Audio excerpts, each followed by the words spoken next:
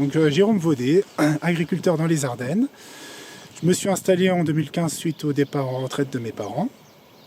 J'exploite une superficie de 370 hectares, dont 220 en terre labourable, avec des cultures notamment en blé, principalement, du colza, de l'orge, des maïs, ensilage et grains, et un petit peu d'avoine. Et au niveau des surfaces en herbe, j'exploite 150 hectares, avec une partie en luzerne, des raies gras trèfle et des métailles. Pour faire tout ça, j'ai embauché un salarié il y a 2 ans, suite à l'agrandissement de l'exploitation au départ en retraite de ma tante dans le village, donc, où j'ai repris 160 hectares. Donc, au niveau de mon élevage, j'ai 120 vaches allaitantes, donc j'engraisse 30 taurillons, le reste en broutard. J'ai arrêté le labour en 2015, totalement, et on est rentré en agriculture de conservation avec l'achat d'un semoir à semis direct en CUMA.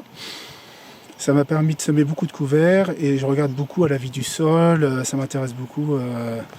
Je fais des formations sur la vie du sol et voilà, je travaille très peu le sol, uniquement contre les mulots. Et donc après j'ai voulu faire évoluer aussi mon système herbager au niveau de mes bovins dans ce système-là. Donc pour être autonome au niveau de mes fourrages, j'ai augmenté mes surfaces de fourrage notamment. J'y implante de la luzerne, 7 hectares, des raies gras trèfle, 6 hectares et une dizaine d'hectares de métailles tous les ans. Ça me permet de diversifier mes différents fourrages. Quand il y en a pas, s'il y en a un qui fonctionne un peu moins bien, l'autre prend le relais et vice versa. Donc suite à l'achat d'une enrubanneuse avec la CUMA, j'ai pu améliorer la qualité de mes fourrages, notamment en faisant des fauches précoces. J'enrubane beaucoup, ou alors sinon l'encile si les conditions permettent. Donc j'ai réduit mes achats extérieurs au niveau de mes tourteaux avec l'acquisition d'une mélangeuse que j'ai achetée il y a 3 ans. Donc avant je mettais beaucoup de maïs et j'achetais beaucoup de tourteaux pour corriger mon maïs. J'ai diminué beaucoup la part de maïs dans la ration. Au début j'étais plutôt à 25 kg il y a plus de 6 ans. Aujourd'hui à peine 10 kg. Donc avec ça j'ai pas besoin de corriger mon maïs. Je n'en achète uniquement un correcteur azoté d'aliments du commerce, uniquement pour l'engraissement de mes taurillons, pour finir mes vaches et mes génisses. Et je trouve que depuis que j'ai la mélangeuse, les vaches sont beaucoup plus calmes. Il y a un aspect aussi sur la fertilité.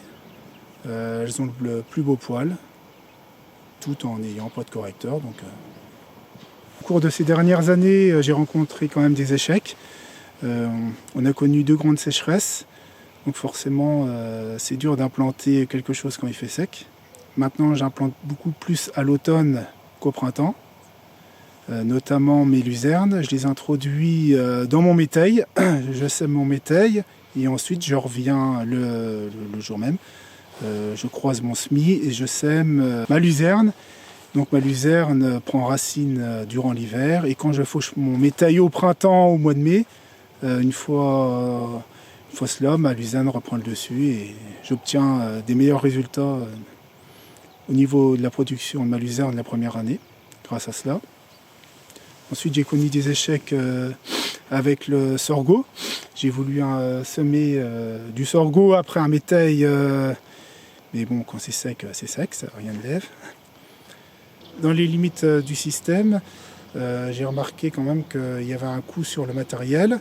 Ça demande d'investir notamment sur l'enrubanneuse. Moi j'ai investi également sur une faucheuse frontale, conditionneuse et une mélangeuse.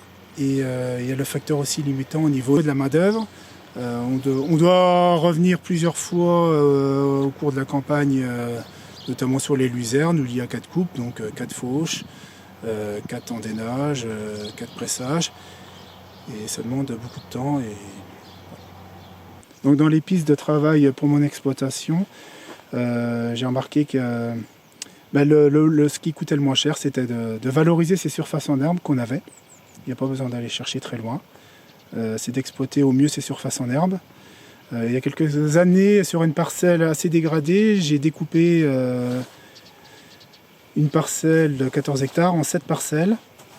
Et j'y ai introduit un métail au milieu que j'ai semé à l'automne. Ce métail-là a été très productif et je l'ai mis mes bovins qui sont venus manger ce métail-là tout simplement durant le mois de mai. Donc ça m'a rien coûté, j'ai pas été le faucher, j'ai pas été le récolter, c'est mes vaches qui l'ont mangé, qui l'ont digéré. Et ensuite j'y avais introduit notamment de l'avoine d'hiver, où l'avoine a la faculté de repartir après la récolte, après une fois qu'il l'avait mangé. Et elle repart au mois de juin et j'ai refait pâturer mes vaches encore 2 fois durant l'été. Et j'ai trouvé cela très intéressant et je cherche vraiment à développer ça sur d'autres parcelles.